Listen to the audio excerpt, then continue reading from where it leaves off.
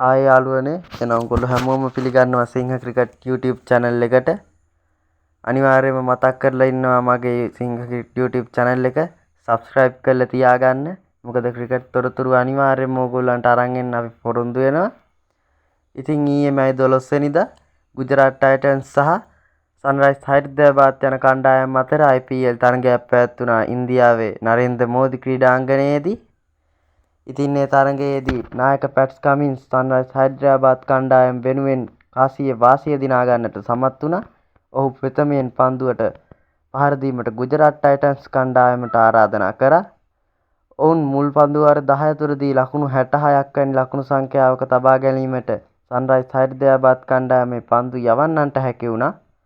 නමුත් අවසාන පන්දු වාර 10 දී සාය සුදර්ශන්ගේ සහ වොෂින්ටන් සුන්දර්ගේ අගනා ප්‍රතිපහාරය හමුවේ ඔවුන් ලකුණු 168ක් දක්වා තම ලකුණු සංඛ්‍යාව ඉහළ නංවා ගැනීමට සමත් වුණා.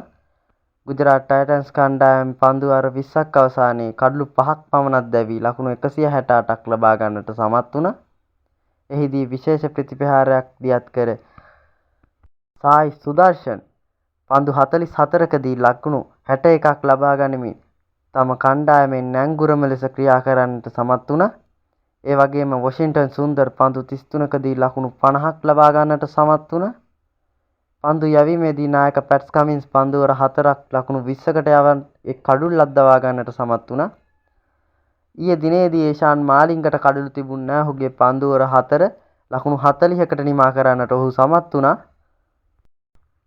කෙසේ වෙතත් ලකුණු 169ක ඉලක්කයක් හඹා යාමට සන්රයිස් හයිඩ්‍රබාද් කණ්ඩායමේ ආරම්භක පිතිකරුවන් ලෙස පැමිණි අභිෂේක් ශර්මා සහ ට්‍රැවිස් හෙඩ් වැඩි ලකුණු සංඛ්‍යාවට යාමට පෙරම ක්‍රීඩාගාරය වෙත හරවා යවන්නට ගුජරාට් ටයිටන්ස් කණ්ඩායමේ පන්දු යවන්නන් සමත් වුණා.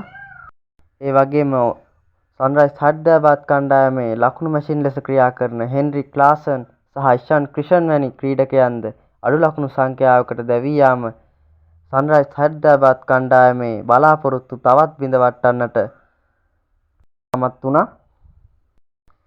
ඉතින් මෙවැනි දරුණු පීඩනයක් හමුවේ සන්රයිස් හයිඩ්‍රබාද් කණ්ඩායමට පන්දු වර 14යි පන්දු 5ක් තුලදී ලබා ගැනීමට හැකි වූයේ ලකුණු 84ක් පමණයි. ඉතින් මේක තමයි IPL තරගයක කණ්ඩායමක් රැස් කර අඩුම ලකුණු සංඛ්‍යාව.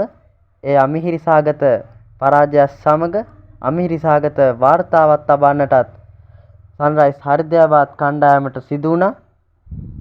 ඉතින් ඊයේ දිනේදී තරගයේ වීරයා වෙන්නට හැකි වුණේ ගුජරාට් ටයිටන්ස් කණ්ඩායමේ සුපිරි පන්දු යැවීමක නිරත වූ කාගිසෝ රබාඩා. ඔහු පන්දු වර 4ක් යොමු කරන්නට සමත් වුණා. ලකුණු 28කට කඩලු 3ක් දවා ගත්තා.